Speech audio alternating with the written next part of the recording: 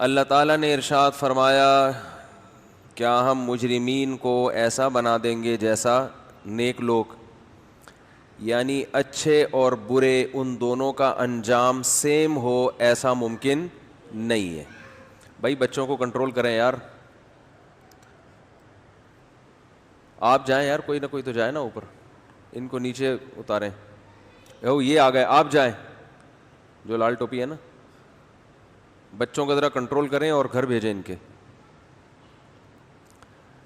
اور خواتین اپنے ساتھ بچے لائی ہیں تو وہ ذرا اپنے ساتھ بٹھائیں پھر ان کو۔ تو جو لوگ آخرت پہ یقین نہیں رکھتے وہ یہ کہتے ہیں کہ مرنے کے بعد ہم مٹی ہو کے ختم ہو جاتے ہیں۔ آخرت کا انکار ایک تو ایتھیس کرتے ہیں، جو اللہ کے منکر ہیں، وہ کہتے ہیں ہے ہی نہیں، سرے سے کچھ ہے ہی نہیں، سب ختم، مٹی تھے اور مٹی ہو جائیں گے۔ اس پر تو میں نے بہت تفصیل سے بیانات کر دیے ہیں کہ کتنے بڑے احمق ہیں، کتنے بڑے بیوقوف ہیں، ان کی باتیں نہ سر نہ پیر۔ کیا کروں، وہ پھر باتیں دماغ میں آتی رہتی ہیں نا۔ ایک ایتھیس تقریر کرتے ہوئے کہہ رہا تھا کہ اللہ اگر ہے تو اپنے ہونے کے ثبوت کیوں نہیں دیتا؟ اللہ اگر ہے تو اپنے ہونے کے ثبوت کیوں نہیں دیتا؟ کہتے ہیں نا جھوٹ جب ڈھٹائی کے ساتھ بولا جاتا ہے نا تو انسان کی نفسیات ہے کہ وہ اس جھوٹ کو سچ سمجھنا شروع کر دیتی ہے۔ اللہ ہونے، یہ جتنی بھی چیزیں ہیں نا یہ سب اس کے ہونے کا ثبوت ہی ہیں، کیونکہ کچھ ہونا کچھ کرنے کے والے کے بغیر ممکن نہیں ہے۔ دنیا میں کچھ بھی خود بخود نہیں ہوتا، یعنی ان کا مقصد یہ تھا کہ ہر چیز جو ہے اس کے ہونے کا ثبوت ہے، اس لیے ہم اس کو مانتے ہیں۔ جس چیز کے ہونے کا ثبوت نہیں ہے ہم اسے نہیں مانیں گے۔ تو بھائی جو جن چیزوں کے ہونے کا ثبوت ہے نا ان کا ہونا اللہ کے ہونے کا بھی ثبوت ہے، کیونکہ ان کا ہونا اس کی علامت ہے کہ ایک اصول ہے جسے ساری دنیا مانتی ہے کہ کچھ کیے بغیر کچھ ہوتا نہیں ہے، اور چھوٹے موٹے کام کرنے کے لیے کوئی کرنے والا ہونا ضروری ہے۔ اتنے بڑے بڑے کام دنیا میں کسی کرنے والے کے بغیر ہو گئے، پورا انسان پیدا ہو گیا، انسان پیدا ہو گیا بھائی۔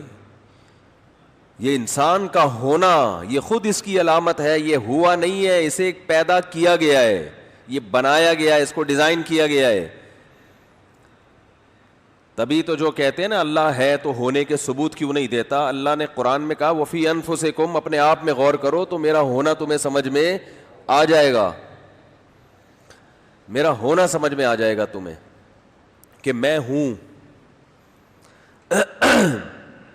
تو یہ لوگ تو بالکل ہی فارغ ہیں عقل سے، ان کی ہر دلیل میں انہی کا جواب موجود ہے۔ ایک نے دعویٰ کیا کہ حضرت عیسیٰ نام کا کوئی پیغمبر دنیا میں نہیں آیا، عیسیٰ نام کی کوئی شخصیت معاذ اللہ آئی نہیں ہے، یہ سب مذہبی اسکالرز کی بنائی ہوئی باتیں ہیں، اور کسی تاریخی کتاب میں عیسیٰ ابن مریم کا کوئی ثبوت نہیں ملتا۔ وہی بات یاد رکھیں، جھوٹ بولو اتنی ڈھٹائی کے ساتھ کہ اگلے کو یقین آنا شروع ہو جائے۔ تو میں نے جیسے اس کا کلپ سنا میں نے کہا اس پاگل سے کوئی پوچھے کہ کوئی ہسٹری ایسی ہے جس میں قبل قاف میم کے علاوہ کوئی اور حوالہ لکھا ہو ہے؟ نہیں آ رہی بات۔ ہم کہتے ہیں 2020 میں یہ کام ہوا، تو کیا مطلب؟ عیسیٰ ابن مریم کو بیس بنا کے کہتے ہیں نا کہ ان کے بعد سے 2020واں سال چل رہا ہے۔ جس شخصیت کو ہر ہسٹری کی بیس بنایا گیا ہو کہ اس سے پہلے یا اس سے بعد میں یہ کام ہوا، اسی شخصیت کو کیا کر دیا؟ غائب، اور کہہ رہے ہیں کہ ہسٹری میں کوئی ثبوت نہیں ملتا۔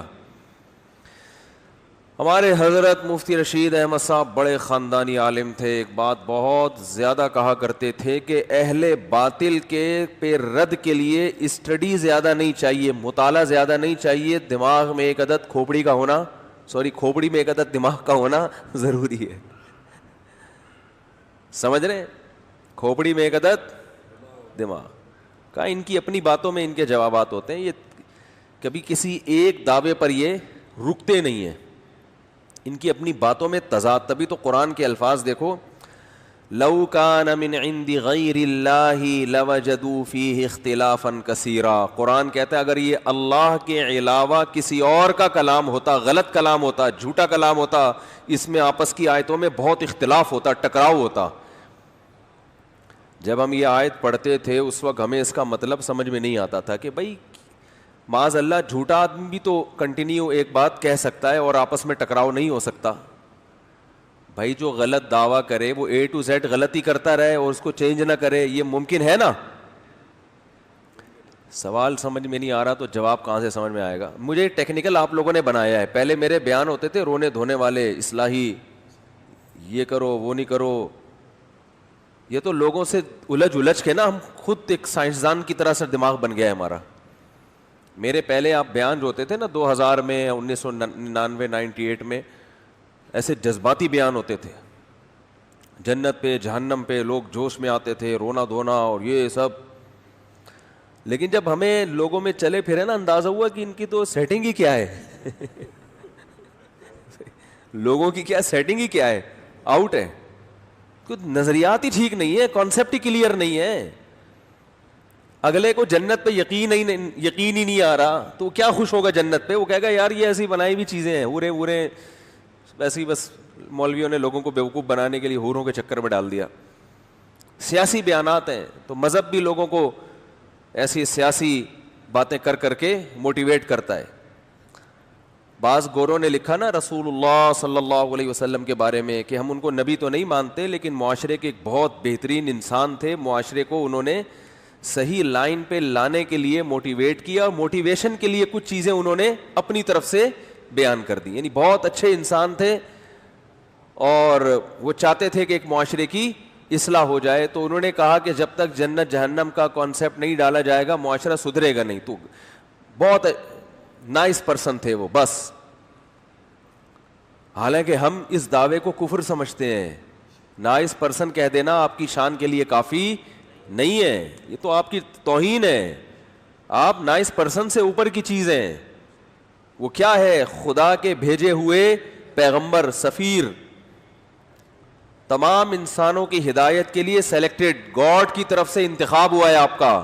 اور جو کہیں گے وہ خود نہیں کہہ رہے بلکہ کون کہہ رہا ہے؟ وہ خدا کہہ رہا ہے آپ کی زبان پہ. تو جو بہت ہی اچھے قسم کے انگریز ہیں نا وہ کہتے ہیں ویری گڈ, نائس پرسن. تبھی وہ ایک گورے نے کتاب لکھی ہے نا تاریخ 100 انسانوں کے بارے میں, یہ جو دنیا میں بہت ہی جن کا اثر پڑا ہے دنیا کے اوپر, ان میں سب سے زیادہ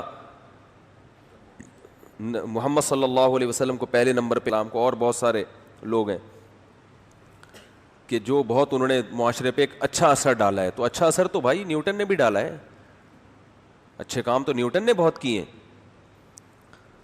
اچھے کام تو اقوام متحدہ نے بہت زبردست اچھے کام کیے. یونائٹڈ نیشن نے, آج یونائٹڈ نیشن اگر نہ ہو تو بڑی طاقتیں چھوٹی طاقتوں کو کھا کے ہڑپ کر دیں.